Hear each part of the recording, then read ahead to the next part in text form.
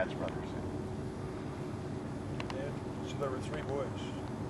Well, the family was big, and it started out as a garage. The back part of it is a garage, and that's where they lived for a while.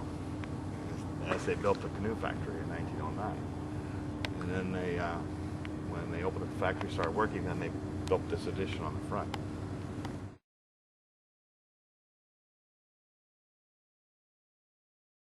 My uncle's left just exactly the same. Up here are all pieces that are all been matched up. You can see they're all bundled up. That's the outside planking. All the parts are made in jigs.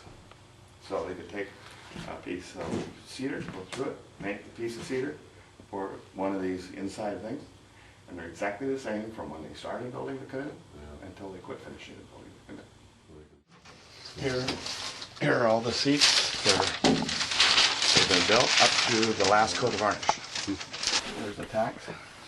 Wondering how this is joined. Is it It's done with dowel. Doweled. It's got dowels. Sure, sure. In fact, you can see the dowel that holds it here. Mm-hmm. It had to be 22 feet minimum without any knots. So it's clear, ladder grade cedar. So it's tight cedar. Right. So it's really got and it's vertical grain cedar. Sure. These are paddles. Oh, wow. Again, that's spruce. Probably 25 paddles. Here, all the things that they need to assemble a canoe. They have everything in it. They were all most of them are all labeled, but some of the labels have fallen off. My job was to run the nail machine over here. It's what it would do is set the nails. One strip would go down. There's a hole in the end of the building, so you'd have the strips that would go lengthwise.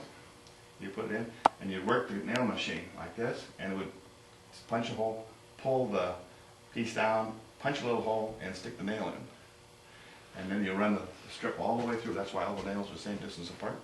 Oh, and then you take and turn it over, and you start it and run it back through again. So you have nails on both sides of the strip. As soon as I finished that, my uncle would grab it, throw it on, and start nailing it to go on. And waterproof glue was available in 19... Yeah, it was actually, it's like a tar. It's black.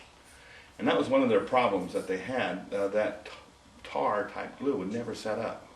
So it always migrated a little bit. If you look into some of the older canoes, you'll see a black line inside, also a black line on the outside. More on the inside than the outside.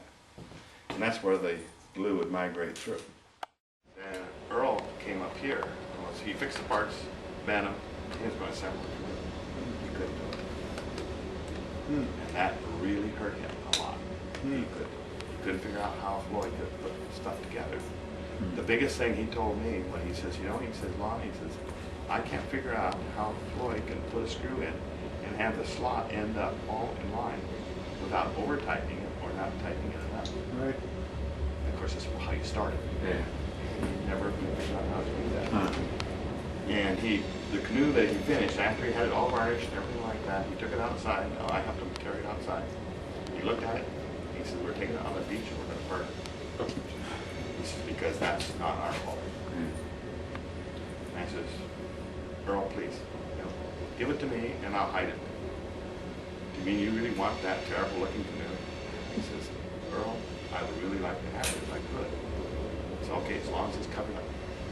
So I put it up on the top where you couldn't get to it. And he was an elderly gentleman, in his late 80s and 90s. I put it up there, put a cover on it, so that he was happy. And that's the one down there. He says, don't show it to anybody. And it's still covered.